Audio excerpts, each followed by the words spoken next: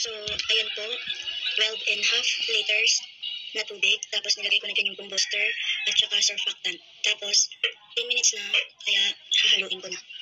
Hahaluin.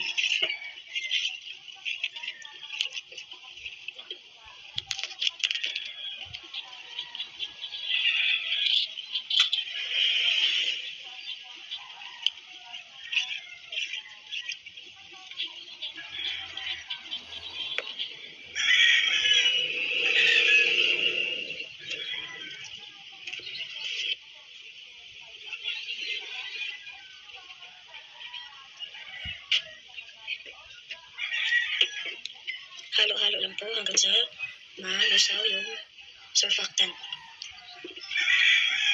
Hanggang sa ma-dissolve yung nilagay nating surfactant. Halo-halo lang. Halo-halo-halo.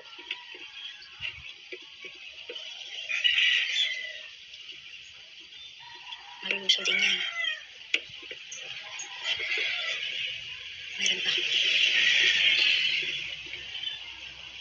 Tsaka mamaya pagka lusaw na po, makikita mo ng malinaw. Wala nang surfactant mamaya. Ayan. Pero meron pa. Malinaw-linaw na. Nakikita ko na yung ilalim.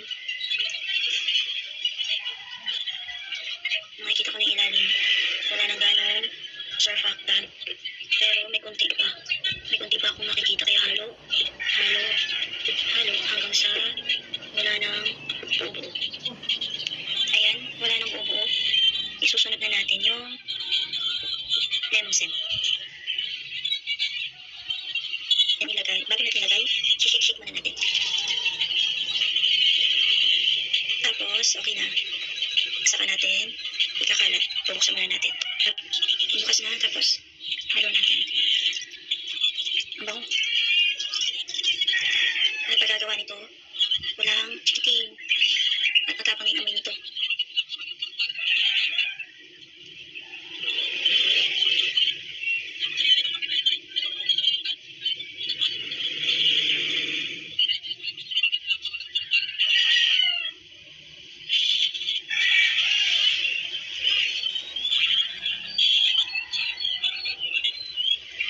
Simutin natin.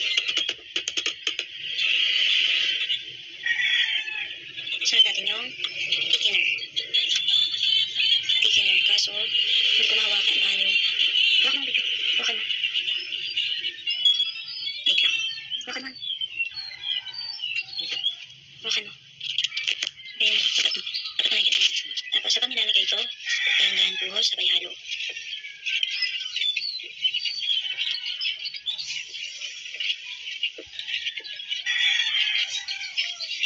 Hanggang sa maubos. Ayan po, nabuhos ko na. Halo-halo hanggang sa malusaw yung thickener. Pakiramdaman mo lang may maaligasgas. Pag may maaligasgas pa, halo lang ang halo. Hanggang sa wala ka nang mararamdaman na thickener. Pag alam mo nang wala nang aligasgas,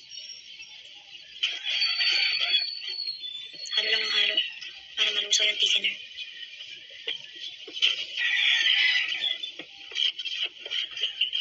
Pagkatapos nito, takpan at maghintay ng 24 hours bago isalin sa mga bote.